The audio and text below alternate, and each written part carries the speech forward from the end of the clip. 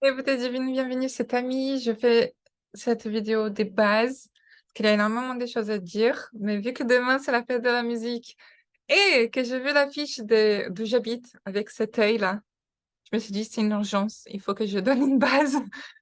Donc bon, j'ai 15 minutes pour tout expliquer, ça sera pas possible, hein, donc j'ai quand même écrit là, comme ça tu peux te...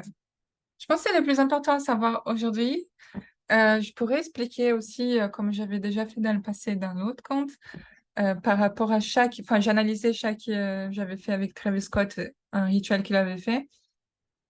Mais là, vu que c'est juste pour que toi-même t'apprennes à avoir du discernement, bon, je pense que c'est important de comprendre du coup les éléments de la musique, des bases, comment ça va agir, comment ça fonctionne. Donc, en sachant que bah, déjà les trois là, ça va, hein. Je crois que c'est assez logique, mais c'est juste qu'on réalise pas forcément la donnée spirituelle qu'il y a derrière tout ça. Donc, quand on a cette vision de que toute énergie, quand on comprend qu'au fond, quand on va au bout des choses, bah, il y a des atomes, que ce soit nous, les êtres humains, ou peu importe en fait, bah, finalement, tout est une onde. J'espère qu'on va bien. Mais voilà, le son, qui est juste aussi un élément de la musique logique, bah, n'est rien d'autre que énergie, encore une fois. Et cette énergie va être transformée dans des impulsions électriques dans nos neurones. Ils vont avoir directement un impact dans nos corps par des hormones.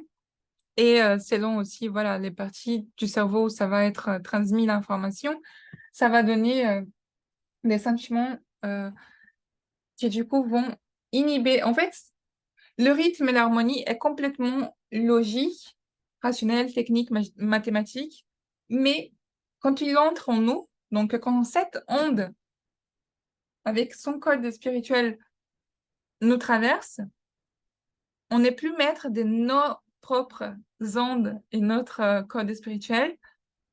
C'est comme si il fallait faire du vide. Enfin, c'est pas comment, c'est une image, mais c'est ça en fait. Euh, Toi, tu n'as plus ton propre ta propre conscience, ta propre rationalité, parce qu'elle traverse et du coup, tu analyses ça. Donc, tu pourras pas forcément réfléchir, je sais pas, tu es en train d'écouter une musique trop que tu adores et tu vas penser aux finances, qu'est-ce que tu vas régler ta vie, les problèmes du monde. Non, parce que tu vas juste profiter de la musique et de la sensation que ça te procure, en fait. C'est un inhibiteur euh, des logiques, en fait, des rationalités. Et là, c'est par la science que je suis en train d'expliquer, même si on pourrait aller beaucoup plus loin, comme j'aimais faire quand je parlais des dieux, que je parlais de physique quantique, que c'est aussi une onde, en fait, enfin, Dieu, c'est pas, c'est lui qui émane l'onde, c'est lui le créateur, donc c'est l'intelligence qui a créé tous ces codes, que ce soit les codes spirituels de la musique, donc la mélodie, ou de nous-mêmes en fait, je sais pas si en français on dit ça, mais quand je parle d'esprit, c'est le côté Saint-Esprit, enfin, le plus élevé en nous. Je crois qu'en français, c'est le contraire. En gros, là, ce serait les pensées, et là, ce serait le corps, donc le mental, et le côté sacré. Mais à savoir, du coup, que la mélodie, c'est l'ADN de la musique. C'est là que se cache, du coup, le code de cette onde, en fait. Même s'il n'y a pas de paroles, même si voilà, c'est juste instrumental, bah, il y a eu une inspiration et une canalisation, du coup, c'est des esprits, voilà. Et on ne le sait pas forcément, il faut chercher la vie du compositeur. Tu peux le ressentir, parfois ça change l'atmosphère, mais la musique fait ça des bases. Donc, il se peut que tu sentes des émotions fortes, tristes, et que tu penses que c'est juste toi parce que tu as encore des blessures, tu as pensé à quelque chose, parce qu'il faut pas oublier du coup que la mélodie, c'est un tampon d'histoire. Donc, quand tu écoutes la musique, vu que ça va faire du vide en toi, de ta propre identité pour faire entrer un autre code, bah, le moment que tu seras en train de penser, donc l'histoire que tu fais dans ta tête, elle se lie à cette nouvelle information, en fait. C'est comme s'il y avait un nouveau chemin neuronal qui est créé. Et d'ailleurs, tu le vois souvent, surtout pour les chansons d'amour ou des choses comme ça, on va penser à une personne ou des choses qu'on vit dans notre vie qui a un impact assez fort émotionnel, ben, ce sera toujours lié au même, en fait. Et justement, il faut faire attention parce qu'il y a ce concept de PNL, qui n'est pas les trucs français, mais le groupe, mais c'est la reprogrammation neurolinguistique, qui du coup, encore une fois, en fait, on va bouger dans le cerveau et des façons toutes simples, toutes bêtes, qui ont déjà été prouvées, qu'on fait beaucoup dans la musique thérapie, mais pas que, ou par la répétition des sons, des paroles. D'ailleurs, voilà, dans les refrains, souvent, on va chanter des choses qui partagent pas forcément nos valeurs et qu'on va pas le prendre au sérieux parce qu'on va se dire, bon, c'est pas grave, c'est une chanson joyeuse, moi, je sais qui je suis, mais enfin, tu ignores le fait que cette énergie entre en toi, en fait, c'est déjà une sorte de possession, même si, ok, c'est pas un esprit, c'est pas un démon, mais ça peut être venu de là, donc c'est pour ça qu'il faut se méfier, parce que une fois que Satan a réussi à faire entrer en toi, bah, sa mélodie, bah, du coup, tu commences à agir par rapport à cette mélodie. Tu vois très bien, d'ailleurs, selon l'activation, selon la fréquence, tu auras des envies différentes.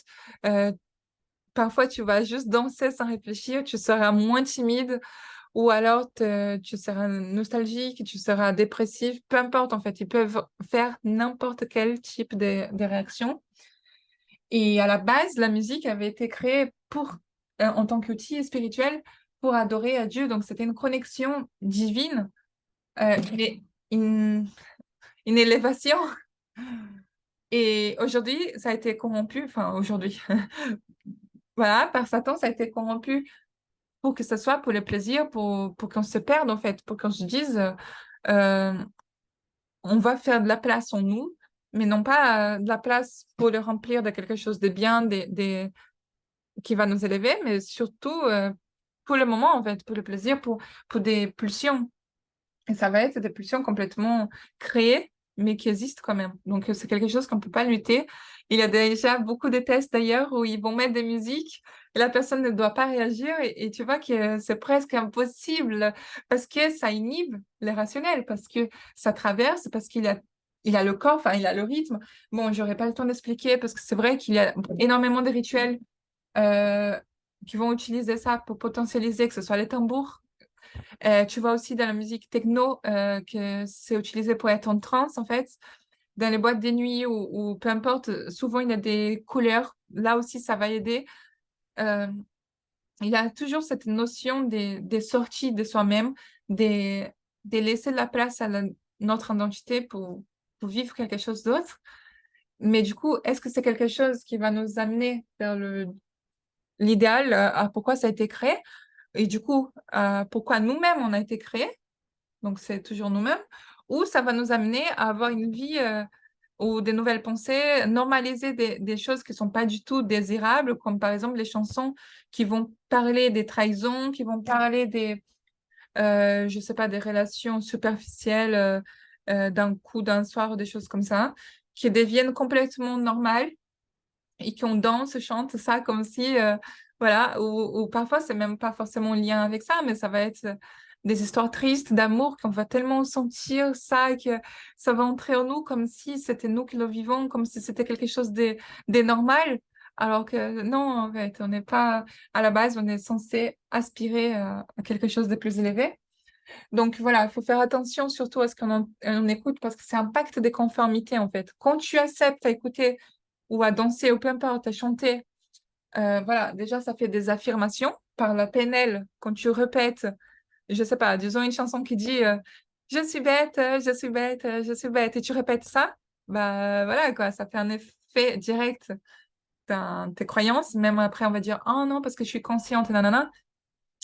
Et aussi, voilà, le côté de la mélodique, c'est le côté spirituel que tu vas pas forcément le chanter parce que ça peut être juste instrumental, mais tu peux pas le casser en fait. C'est avant même qu'il ait l'ordre là qui va rendre la forme, bah, il a ça.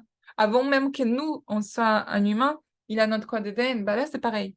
La mélodie, tu peux rien faire en fait. Ça, entrer en toi, cette onde est là, c'est archivé Et donc, il faut faire attention, quoi. Euh, et du coup, cette pacte de conformité, ça donne à Satan la possibilité, enfin, si tu continues, c'est comme si tu étais en train de dire, OK, ça me dérange pas, ce genre de chansons, nanana, nanana. Donc, tu commences à mener ta vie vers le mal et tu sais même pas pourquoi. Tu vas, par exemple, ce qui m'était arrivé quand j'étais adolescente, j'écoutais énormément des chansons dépressives, en fait, beaucoup des rock, et je faisais pas forcément le lien, en fait. Et c'est qu'après que j'ai compris, et c'est ça, on va finir avec cette phrase comme quoi nos problèmes et nos excuses viennent du manque des connaissances et du manque de positionnement. Donc, si tu veux une vie qui t'amène vers quelque chose de mieux, plus élevé, tu peux pas à côté te nourrir des choses qui vont t'enlever vers le bas. Tu peux pas dire c'est qu'une fois et tout ça parce que ça te traverse, donc ça reste stocké en toi.